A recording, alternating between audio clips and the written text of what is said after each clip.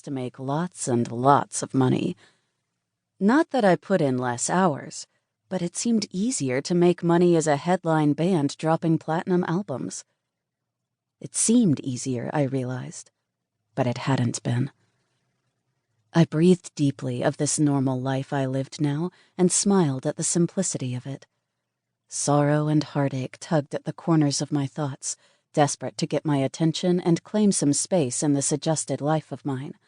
But I refused to give them room. They were banished, along with everything else that used to be. "Girl, I mean you're good, period. Stop playing." "Well, you're really sweet. Thank you." She winked at me. "You're welcome." "What is all this?" I asked, picking up a random tube of lipstick and turning it over. Russian red. "Wow, this is aggressive."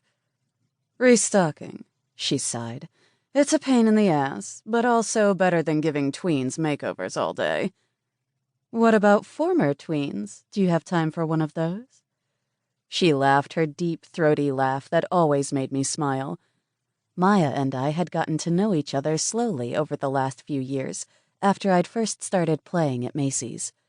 She'd been one of my most favorite parts of slowing down and finding normal. She was a real friend, and a real person. There was nothing shallow about her, actually. She jumped right into deep friendship and demanded raw honesty. There were still parts of my life I kept a secret from her, but that wasn't because I didn't want to tell her the whole sordid history of how I'd ended up in Kansas City, Missouri. It was for her safety, and mine, and to honor all those pesky non-disclosures I'd signed. Her big brown eyes widened. "Oh my gosh, is tonight the night? The big night?" I nibbled my bottom lip and nodded. Yes.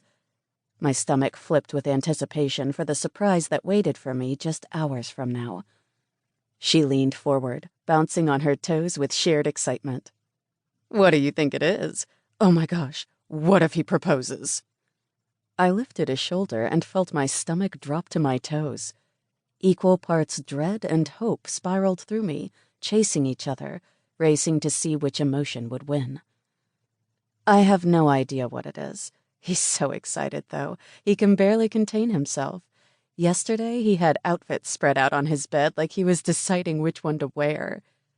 "Clover, this is it." I shrugged again. It could honestly be anything, but a proposal, Maya?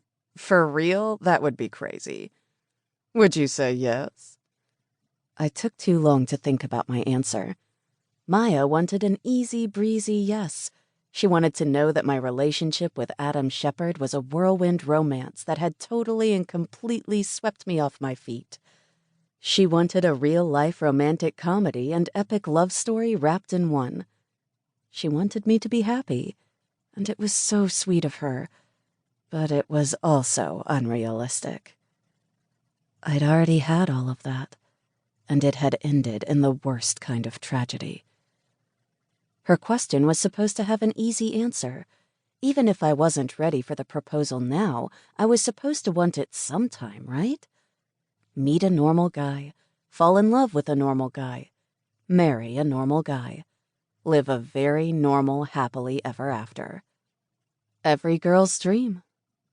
Except mine.